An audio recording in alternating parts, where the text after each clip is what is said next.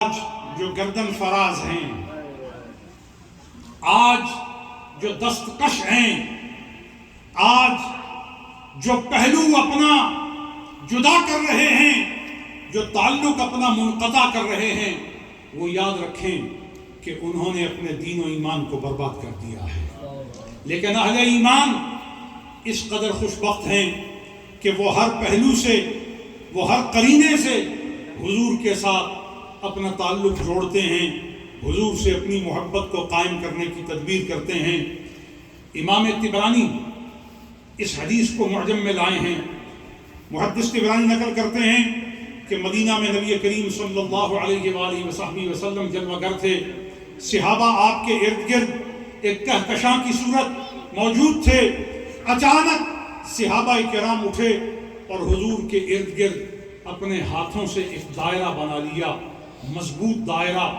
حضور نے صحابہ کے اس عمل کو جب ملاحظہ فرمایا تو فرمایا، کس لیے میرے ارد گرد ایسا دائرہ بنا رہے ہو؟ عرض کیا، رسول اللہ صلی اللہ علیہ وآلہ وصحبہ وسلم، مدینہ میں ایک مجنون اونٹ ہے، ایک دیوانہ اونٹ ہے جو یہاں نکل آیا ہے اور ہمیں اندیشہ ہے کہ کہیں وہ آپ کو تکلیف نہ دے۔ متوجہ رہیے گا، میں حدیث صحیح کی روایت صحیحہ پیش کر رہا ہوں۔ ہمیں اندیشہ ہے کہ وہ اونٹ آپ کو کوئی گزن نہ پہنچائے، تکلیف نہ پہنچائے۔ پتہ یہ چلا کہ صحابہ خود تکلیف گوارا کرنے کے لیے تیار تھے اور حضور تک کوئی تکلیف پہنچنے کے لیے اپنی جانوں سے گزرنے کو بھی آسان سمجھتے تھے۔ پتہ یہ چلا کمال ایمان یہ ہے کہ حضور کو دکھ نہ ہو، غایت ایمان یہ ہے کہ حضور کے ادب میں کمی نہ ہو۔ صحابہ کرام کو ایسا کرتا دیکھ کر حضور نے فرمایا، اپنا دائرہ کھول دو اور اس اونٹ دیوانے کو آنے دو۔ حضور کا حکم تھا، انہوں نے ہاتھ کھول دیے، دائرہ توڑ دیا اور وہ دیوانہ اونٹ دیوانہ وار چلتا ہوا جب حضور کے قریب آیا، محدث طبرانی کہتے ہیں کہ اس نے اپنے سر کو حضور کے قدموں پہ رکھ دیا۔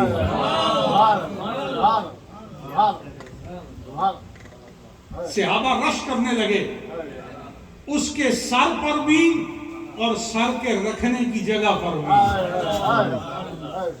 صحابہ رش کرنے لگے۔ حضور نے فرمایا، تمہیں شریعت میں نماز کی اجازت ہے، یہ متشرع نہیں ہے، اسے ادھر سر رکھنے کی اجازت ہے، تمہیں ادھر سر رکھنے کی اجازت ہے۔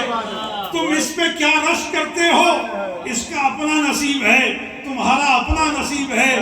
کچھ دیر بعد حضور نے اس کا سر اٹھایا اور اپنے دونوں ہاتھوں میں لیا۔ کیا مقام اور قسمت اور نصیبہ اس چہرے کا، اس سر کا، ان بالوں کا جو دست مصطفیٰ میں آئے۔ حضور نے اس کے سر کے بالوں میں اپنی انگلیاں ڈالیں، اس کا سر کھجایا، اپنی انگلیوں سے اس کے سر میں انگلیاں ڈال کر کے سید عالم نے تسکین خاطر کی تدبیر فرمائی۔ وہ آپ کے ہونٹ، آپ کے کانوں کے قریب اپنے لب لے گیا۔ صحابہ کہتے ہیں وہ دیوانہ اونٹ اپنے لب ہلانے لگا۔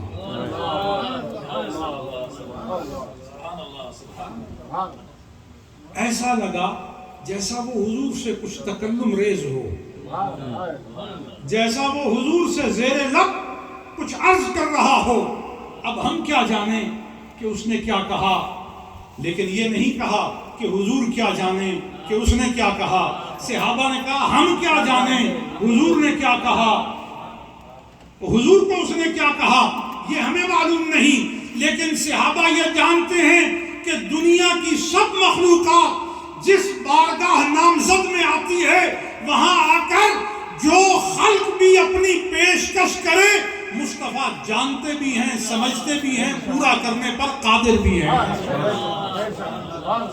حضور نے صحابہ کو فرمایا، یہ اپنے مالک کا شکوہ کر رہا ہے، اس کا مقدمہ اس نے میری بارگاہ میں پیش کیا ہے۔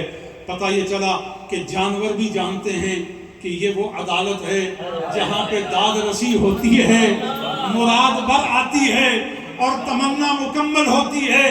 آرزوئے زندگی پھر اس بارگاہ میں جب انگڑائی لیتی ہے تو کسی دوسرے دروازے کی اسے حاجت نہیں رہتی۔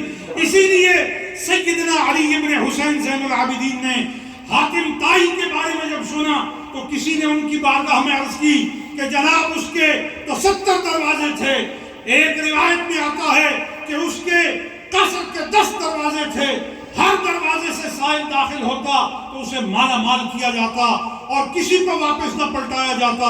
امام زین العابدین نے فرمایا میرے بابا نانا کریم کا ایک ہی دروازہ تھا اور اس سے سائل ایک ہی دفعہ آتا، پھر کسی دروازے کا سائل نہیں دیکھا جاتا تھا۔